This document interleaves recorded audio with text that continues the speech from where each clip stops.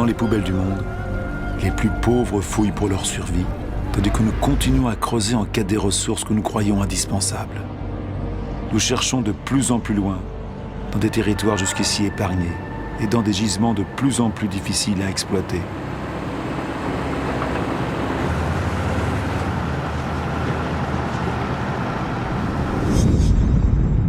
Nous ne changeons pas de modèle.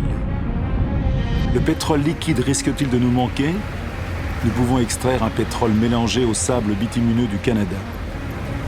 Les plus gros camions du monde déplacent le sable par milliers de tonnes. On brasse, on chauffe, on décante. On dépense des millions de mètres cubes d'eau pour séparer le bitume du sable. La dépense d'énergie est colossale, mais la pollution catastrophique.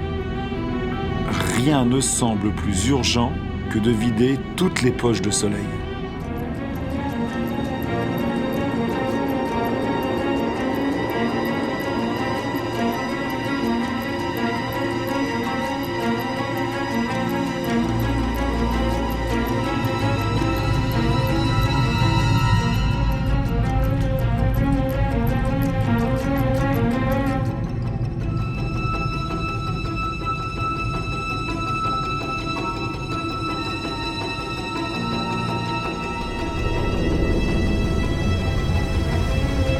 Nos pétroliers sont de plus en plus grands.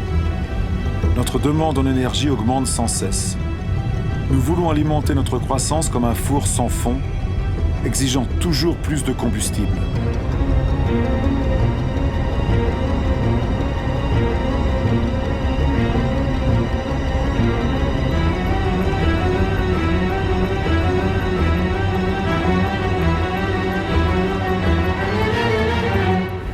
C'est une histoire de carbone.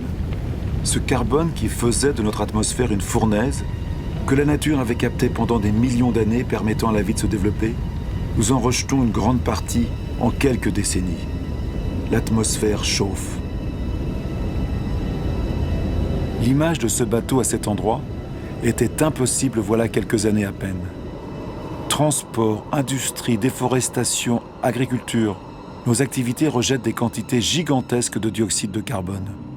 Sans nous en rendre compte le moins du monde, molécule par molécule, nous avons bouleversé l'équilibre climatique de la Terre.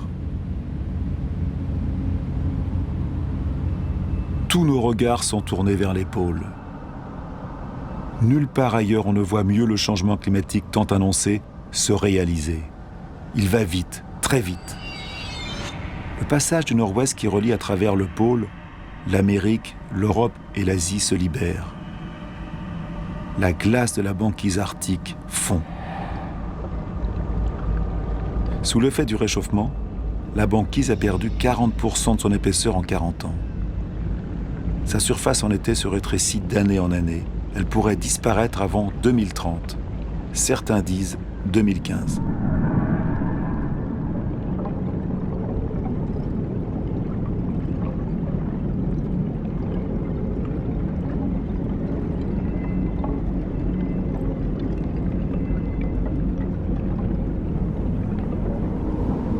Les rayons du soleil, que la surface glacée renvoyait vers le ciel, pénètrent désormais dans l'eau sombre et la réchauffent. Le réchauffement s'accélère.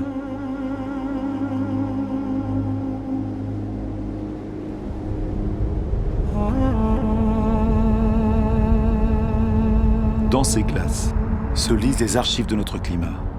Jamais la concentration de dioxyde de carbone n'a été si élevée depuis plusieurs centaines de milliers d'années. L'homme n'a jamais connu pareille atmosphère.